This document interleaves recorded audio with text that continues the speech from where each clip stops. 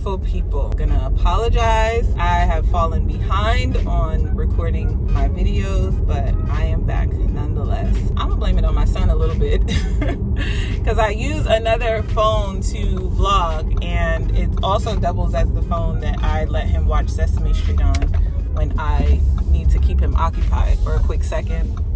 I don't know where the phone is, and I'm willing to bet that he put it somewhere. Also, I'm wearing war paint on these lips, 400 Meter Diva collection, and I think wearing my war paint today is what inspired this topic of the day. So the workout that's gonna go with this is from yesterday. You know, I engaged in a conversation today that kind of got me fired up, and I was like, ooh, this is a great topic of the day. I realized some of these topics are like building on old topics. I think the very first video that I shared, you know, in this theme is that my favorite quote is, be careful how you speak to yourself because you might be listening. But I want to take it a step further, challenge ourselves to really take a look at our language and how we use our language. From that language, what do we end up believing in? What are you talking about, Natasha? What are you getting at here? So yesterday was a hard day at practice. Today is Tuesday. We had a really tough day yesterday. So when we got to practice today, during warm-up, something that, you know, as you can imagine would be normal is we ask each other like, man, how are you feeling today? Like, yesterday was a doozy. I was sore. I was tired. I was this. So I asked one of my training partners like, hey, how are you feeling today? And he was like, man, I feel like a girl child. And for those of you that don't know, I am half Jamaican and half Trinidadian.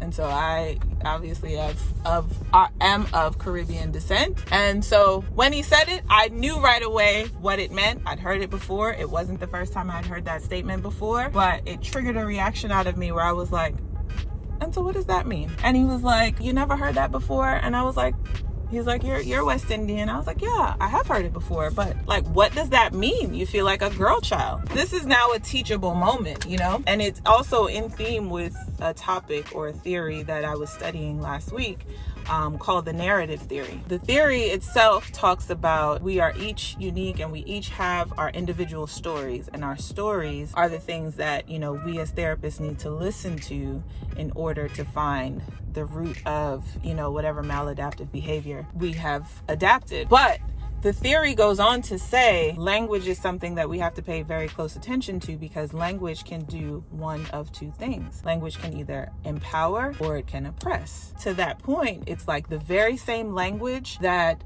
is used towards something for one group of people can be empowering, where for another group of people it's oppressive. And so, you know, it challenged us to, you know, think about the Jews and the Nazis, and, you know, think about whites and blacks. And so again, to think about the basis of the counseling profession, where much of it is built on Western society and by affluent white men. But, you know, something that stuck me in my tracks was like, you know, and the author of my textbook is a white man. You know, he said that the theory itself, the narrative theory, also talks about how it's unfair to subscribe to language that says that a certain group of people is a certain way.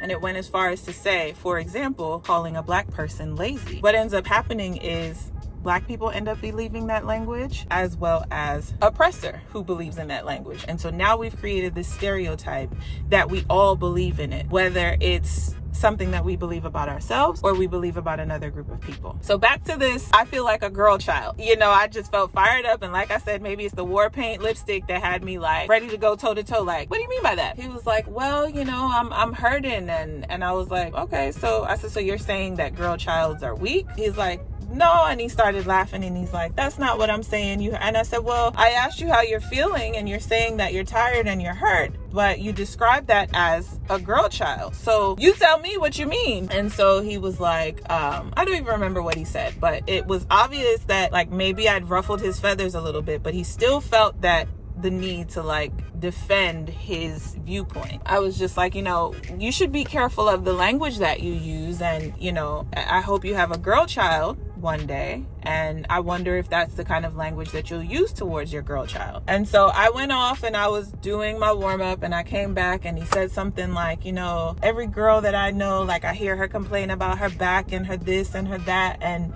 you know, girls just complain. And I'm like, girls just complain? Everybody complains. Everybody gets tired, girl or boy, you know? I said, no, actually, I said, I think that's some language that you've heard and that you've now bought into and you subscribed to. But we all complain. And as soon as I said that, about 5 minutes later, he was complaining about something. And so I'm like, we all complain about things, you know? Of course, I will be the first to admit, I'm very competitive.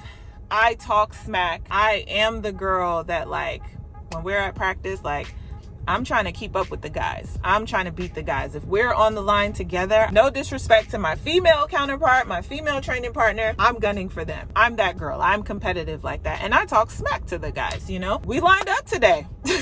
And on my last rep, he made a comment like, why are you still going so hard on your last rep? Like, I eased up and I turned around and you were right there. And I was like, because I'm a girl child. And it's like, in that moment, I was able to take that language and change it for him and let him know that, like, yeah, I'm a girl child and I'm still a badass. And even when he said it the first time, when I was like, okay, this is a teachable moment, I did think back on my childhood. And I did think about, you know, how when I was 9 years old, I had abs at 9 years old. Like, I was always athletically built. I was the fastest kid in my class. I was beating the boys. And I'm always so grateful for my mother, because my mother was an advocate for me as well, as far as, like, you know, standing up for myself and not, you know, subscribing to this notion that because I'm a girl, I complain. And I'll be the first to admit, I complain a lot. But while I complain, I get the job done. And again, it's a teaching moment for me too, where it's like, have I subscribed to that girls complain a lot, so now I complain a lot, you know? And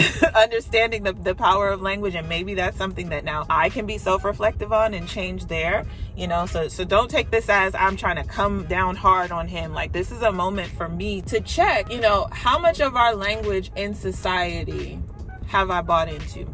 How much of our language that we've been taught have I subscribed to? You know, how much of you should be a lady and what that means have I subscribed to? You know, what does that mean? Has it been empowering or has it been oppressive? I think a lot of it is, you know, another thing, perspective. But, you know, how I choose to use that language, because at the beginning of practice, the way it was said, I was offended. And again, it was not the first time that I'd heard that statement before. But by the end of practice, I took that very same statement and I turned it into something that is empowering, because it was like, he dipped at the line. Like, and I was like, so later on, he said something to coach, like, go back and look at the film, look at the photo finish. And I was like, you still had to dip to even try to beat me. So even if you did beat me, you dipped like a girl child, you know? So I challenge us to go beyond, you know, what I've said before, where it's like, you know, how do you speak to yourself? Are you speaking to yourself positively? But also, what in society, some of us ain't gonna like this, from our religion, from our culture, from our families, have we adopted and just accepted as so, without challenging it and without realizing that it is in fact oppressive and it's not serving to you? And I just thought about, you know, while I was having the conversation with him, and while I did say, you know, I hope you have a girl child and I hope you don't use that language with her, I've said from very early on that I want my son, you know, there are things that I want to speak into him as a man, but I also want my son to be a respectful human being and be respectful of women and understand that a woman can do just as much, if not more, than what men can do. I thought about that too, where, like, if I ever have a daughter, how do I want to speak into her? But also, how do I teach my boy to be respectful of women and to use language that is empowering and not oppressive to women? That's that. I hope that speaks to someone's spirit. I felt good about, you know, I didn't want to turn it into a conversation where it's like I'm coming down on him and I'm pointing the finger at him, and, you know, because like I said, I think it was a teachable moment. He is a young man. I am a little bit more experienced. I'm also heavy into my studies and enjoying my studies and enjoying the way that it's challenging me and it's challenging my thought process in a lot of things. And so I was like, this is a great topic to share. So I hope that, you know, that spoke to someone. I hope that makes up for the time that we have missed, because I've been gone all week. That was just something, like I said, that it spoke to me, and I hope that it speaks to you in the same way. I hope that you go get some war paint from 400mdiva.com, 400mdiva. I'll put it down below. The holidays are coming. Get you some lipstick, some lashes, some lash glue, if not for you, for somebody special in your life, because she's gonna need her war paint to let these people know I can do everything you can do and then some. So have a good day, y'all. I'm about to run in here and get some lunch.